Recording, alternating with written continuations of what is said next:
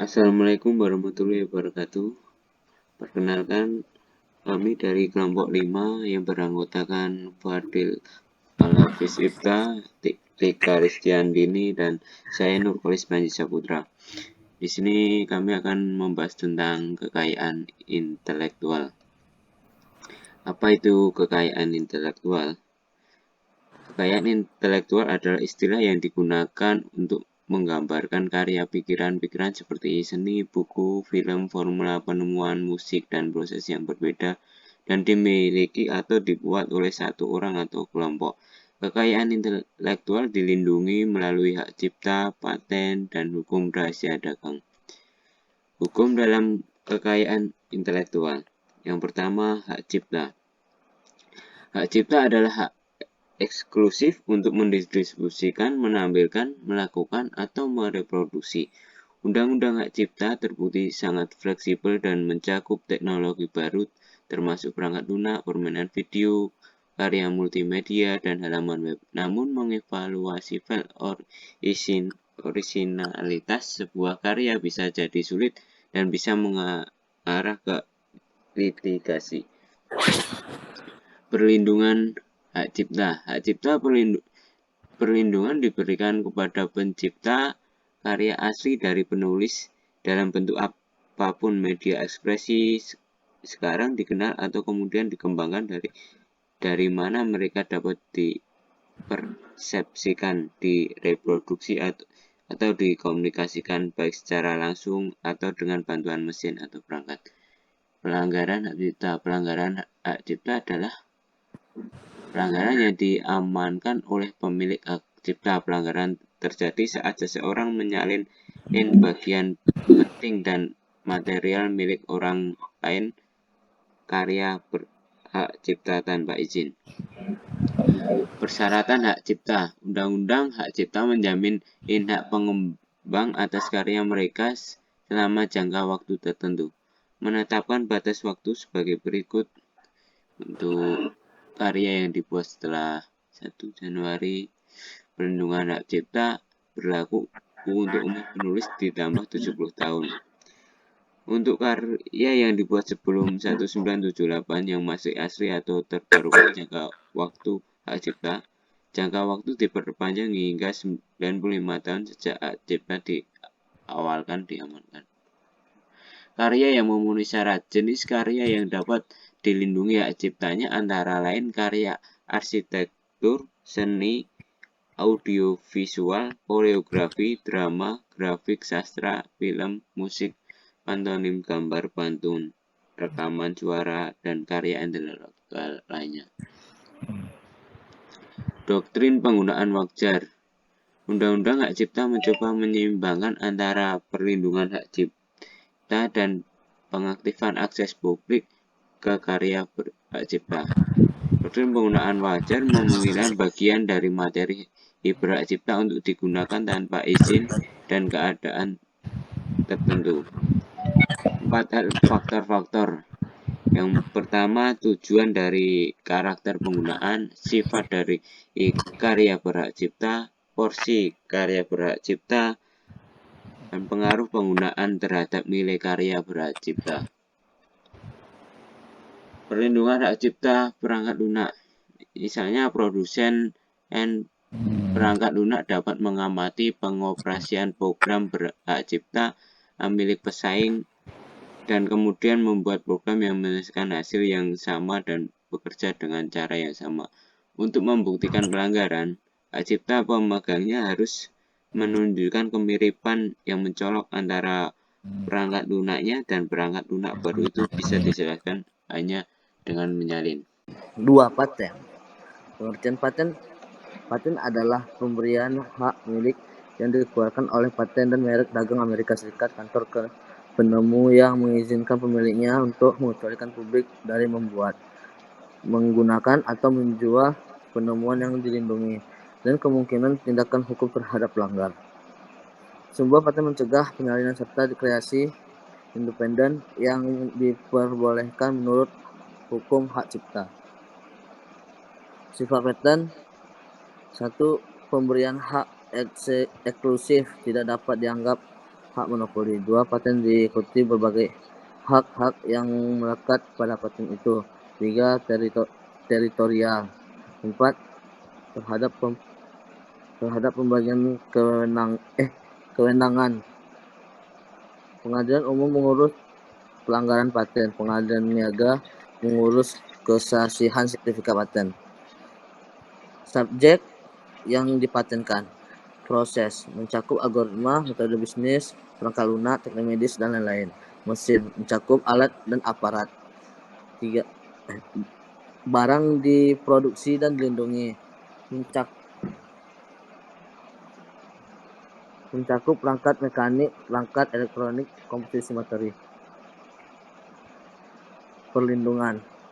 Paten pemiliknya untuk mengecualikan publik dari membuat, menggunakan atau menjual penemuan yang dilindungi dan mendukung tindakan hukum. Pelanggaran paten atau pelanggaran hak yang dijamin oleh pemilik paten terjadi ketika seseorang menggunakan paten orang lain tanpa izin. Tidak seperti hak cipta pelanggaran. Tidak ada batasan khusus untuk hukuman moneter jika pelanggaran paten ditemukan. Yang ketiga yaitu ada rahasia dagang. Next. Pengertiannya, rahasia dagang didefinisikan sebagai informasi bisnis yang mewakili sesuatu yang bernilai ekonomi, memerlukan usaha atau biaya untuk berkembang, memiliki beberapa derajat keunikan atau kebaruan, umumnya tidak diketahui publik dan dijaga kerahasiaannya. Perlindungan rahasia dagang dimulai dengan mengidentifikasi semua informasi yang ada, dilindungi dari permohonan paten yang dirahasiakan, hingga riset pasar dan rencana bisnis, dan mengembangkan strategi komprehensif untuk menjaga keamanan informasi. Rahasia dagang, hukum hanya melindungi dari penyalahgunaan rahasia dagang. Next. Hukum rahasia dagang. Undang-undang perlindungan rahasia dagang sangat bervariasi dari satu negara ke negara lain. Sebagai contoh, Filipina tidak memberikan perlindungan hukum untuk rahasia dagang. Di Eropa, beberapa negara obat-obatan, metode diagnosis dan pengobatan medis, dan teknologi informasi tidak dapat dipatenkan. Banyak negara Asia mengharuskan perusahaan asing yang beroperasi di sana untuk mengalihkan hak atas teknologi mereka ke kontrol lokal perusahaan. Apa saja contoh masalah dalam kekayaan intelektual? Yang pertama yaitu ada plagiarisme. Plagiarisme adalah tindakan mencuri ide atau kata-kata seseorang dan menjadikannya sebagai ide atau kata-kata seseorang sendiri. Sistem deteksi plagiarisme memungkinkan orang untuk memeriksa keaslian dokumen dan naskah. Plagiarisme telah menjadi masalah dari sekolah dasar hingga akademisi tertinggi. Plagiarisme juga terjadi di luar dunia akademis. Penulis sastra populer, penulis drama, musisi, wartawan, dan bahkan pengembangan perangkat lunak telah dituduh melakukannya. Yang kedua ada rekayasa terbalik. Rekayasa terbalik adalah proses memecah sesuatu untuk memahaminya, membuat salinannya, atau memperbaikinya. Rekayasa terbalik awalnya diterapkan pada komputer perangkat keras, tetapi sekarang umumnya diterapkan pada perangkat lunak. Dalam beberapa situasi, rekayasa balik mungkin dianggap tidak etis karena memungkinkan akses ke informasi yang mungkin memiliki hak cipta atau disklasifikasi sebagai organisasi lain rahasia dagang. Yang ketiga akan dibacakan oleh rekan saya, Nurholis. 3. Open source code. Open source code mengacu pada program apapun yang kode sumbernya tersedia untuk digunakan atau modifikasi sesuai keinginan pengguna atau pengembang lain.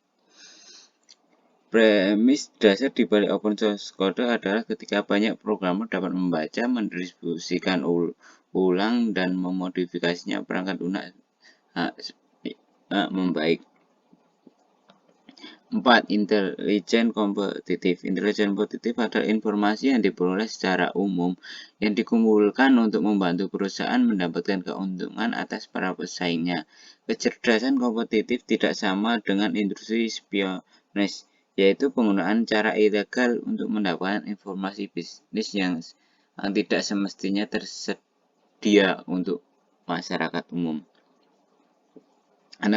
Analis intelijen kompetitif harus berhati-hati untuk menghindari tidak etis atau ilegal berlaku, termasuk pembohong. 5. Pelanggaran merek dagang. Merek dagang adalah logo, desain kemasan, frase, suara, atau kata yang memungkinkan konsumen untuk melakukannya membedakan produk satu perusahaan dari yang lain.